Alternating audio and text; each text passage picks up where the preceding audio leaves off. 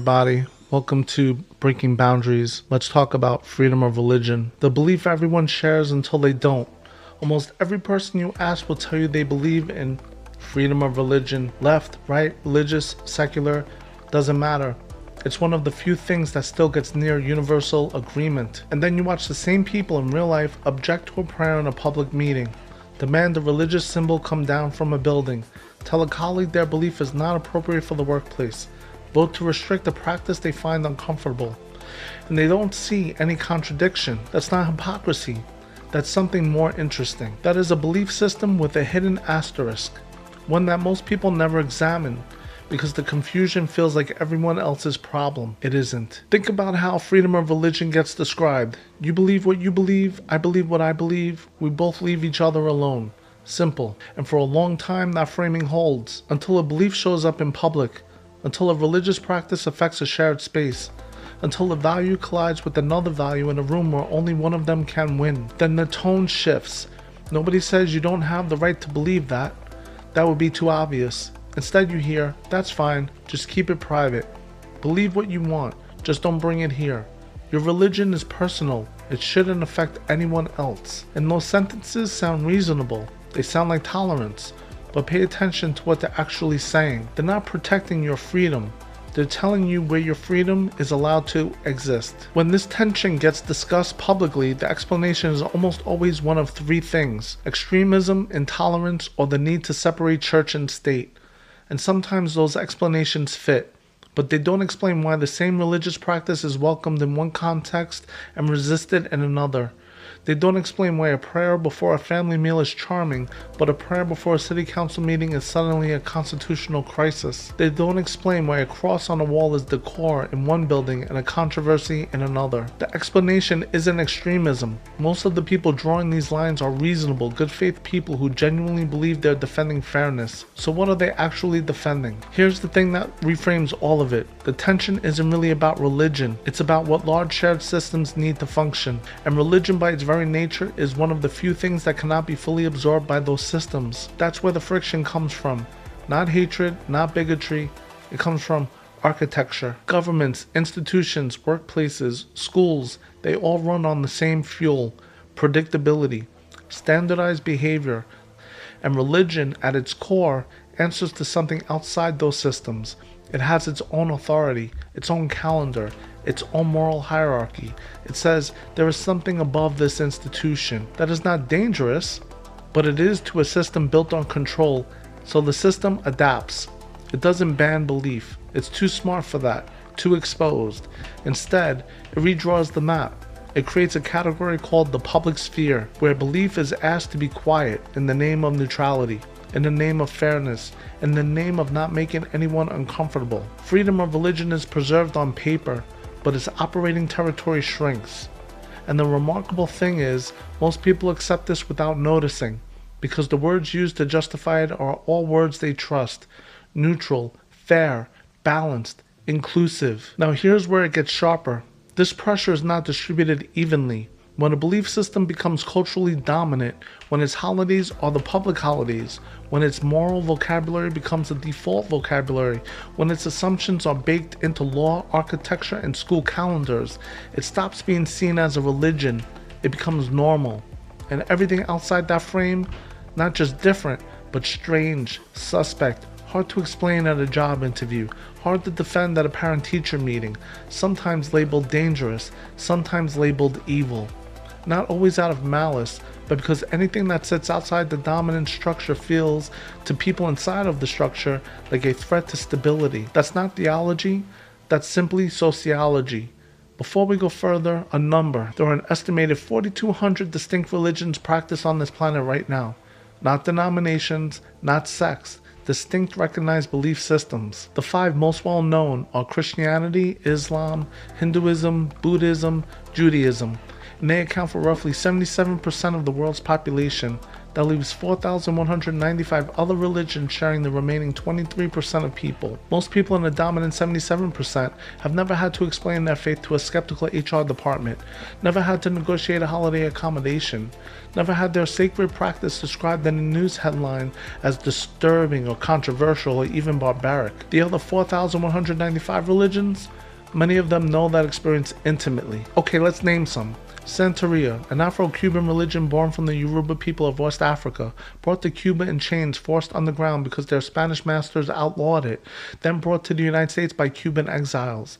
In 1987, the Santeria Church in Hialeah, Florida tried to open its doors to the public for the first time. The city council passed 4 ordinances specifically designed to shut them down, laws banning ritual animal sacrifice. Not a general animal cruelty law, laws targeting Santeria. The city council's own statements made it clear. The goal was to keep the church out of town. It took 6 years, a Supreme Court case, a unanimous 9-0 decision to confirm that yes, this religion was being illegally persecuted in America in 1993. The town lost, but the fact that it took the Supreme Court to settle it tells you everything about what freedom of religion cost Native American religions. The federal government didn't just fail to protect Native spiritual practices, it actively banned them. The Dawes Act of 1887 made Native religious ceremonies illegal. That law was on the books for nearly 50 years. The sun dance, the sweat lodge, the ghost dance, all of them illegal. Children were removed from their families and sent to boarding schools where they were beaten for speaking their language and punished for practicing their faith. The official motto of these schools was, "Kill the Indian, save the man." The explicit goal was the erasure of a spiritual tradition, not through argument, but through force. We got around to passing the American Indian Religious Freedom Act in 1978, 100 years after the ban. And even then, even after the act, the Supreme Court ruled in 1990 that a Native American man could be fired from his job and denied unemployment benefits for using peyote in a sacred ceremony. Not because the law targeted his religion, because the court said the law was neutral, general, not specifically religious. And a neutral law that happened to criminalize a sacrament was apparently still freedom of religion. The Harvard Law Review asked in 2021, why has the Supreme Court never extended the full protections of the First Amendment to American Indians? That question is still unanswered. Wicca, a nature-based spiritual tradition practiced by millions. Exact numbers are hard to get because practitioners historically avoid disclosing their beliefs due to social stigma and professional risk. According to research from Rice University, 62% of Muslim Americans report feeling hostility from others because of their religion. Jewish Americans, 36%. For Wiccans and pagans, the other religions category, in most surveys, the discrimination data is harder to compile, partly because many don't report it, partly because many don't report it to anyone who's counting. In 2004, a case reached the U.S. Supreme Court involving 5 prison inmates, among them a Wiccan and an Asatru practitioner, who were being denied access to their religious items and group worship, items that inmates of mainstream faiths were routinely permitted. The court ruled in their favor. But again, it took the Supreme Court to confirm that a Wiccan's right to practice their faith was equal to a Christian's. Voodoo, Candomblé, Rastafarianism, Yazidism, traditions practiced by millions of people worldwide whose names in the average American conversation are more likely to show up as a Halloween costume than as a serious faith deserving of protection. Yazidi, an ancient religious minority in Iraq and Syria, were subjected to genocide as recently as 2014. Not discrimination, genocide, because their religion was labeled by ISIS as devil worship. That label, devil worshippers, was used to justify mass murder. It is also the same label casually applied to Santeria practitioners, voodoo practitioners, and Wiccans in American popular culture without a second thought. Words like that don't stay in movies. Here's what's true at the same time. Many Christians in the United States genuinely feel their religion is under attack. And some of that feeling is real. There are cases where Christian expression has been restricted in ways that were legally questionable. That is worth taking seriously. But here's the distinction that matters.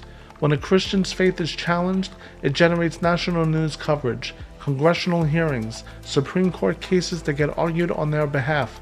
When a Santeria practitioner's church is run out of town, they fight for 6 years in court before anyone notices. When Native American children were beaten from praying, it was government policy.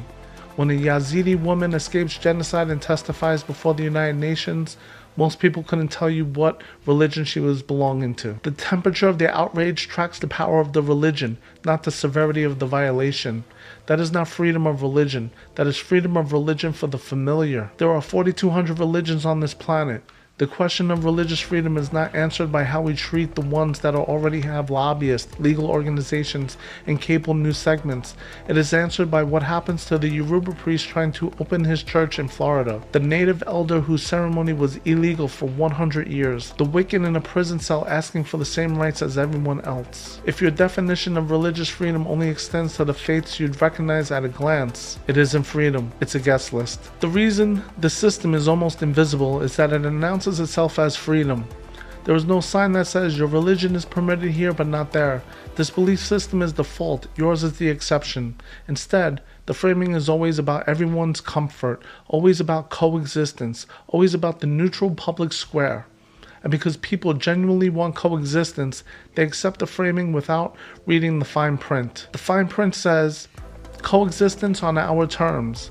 And the people for whom those terms were written never have to notice the terms exist. That is how a cage gets built with the word freedom painted on the door. This is not abstract. For practitioners of minority faiths, for the Sikh who wears a turban in a corporate office, for the Muslim woman who prays during a lunch break, the Orthodox Jew who can't work Saturdays, the Jehovah's Witness who declines a birthday celebration, the evangelical Christian whose moral convictions make colleagues uneasy, the pressure is daily. It does not come as a declaration, it comes as a look, a shift in a room, a conversation that goes slightly cold, a promotion that quietly doesn't, and over time, people adapt. They shrink, they self-censor, they become fluent in the art of making their belief invisible enough to be tolerated. That is not freedom. That is freedom of religion with a performance requirement attached. You can believe anything you want as long as you're willing to pretend you don't. Once you see this, the debate sounds completely different. It is no longer who is intolerant. It is no longer who is being unreasonable. It is no longer why can't religious people just keep it to themselves.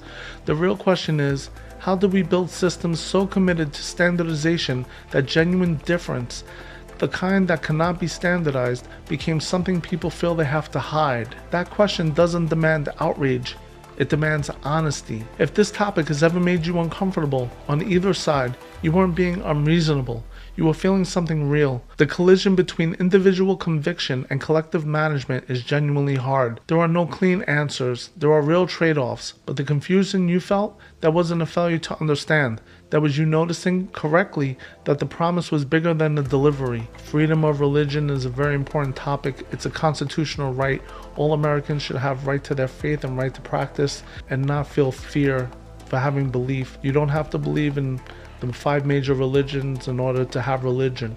People have the right to believe in what they feel is right, their culture, their life path, and that's fair. And that should be honored and respected because this is America and those are human rights. Thank you for watching. If this touched you, please leave a message. I like to read it.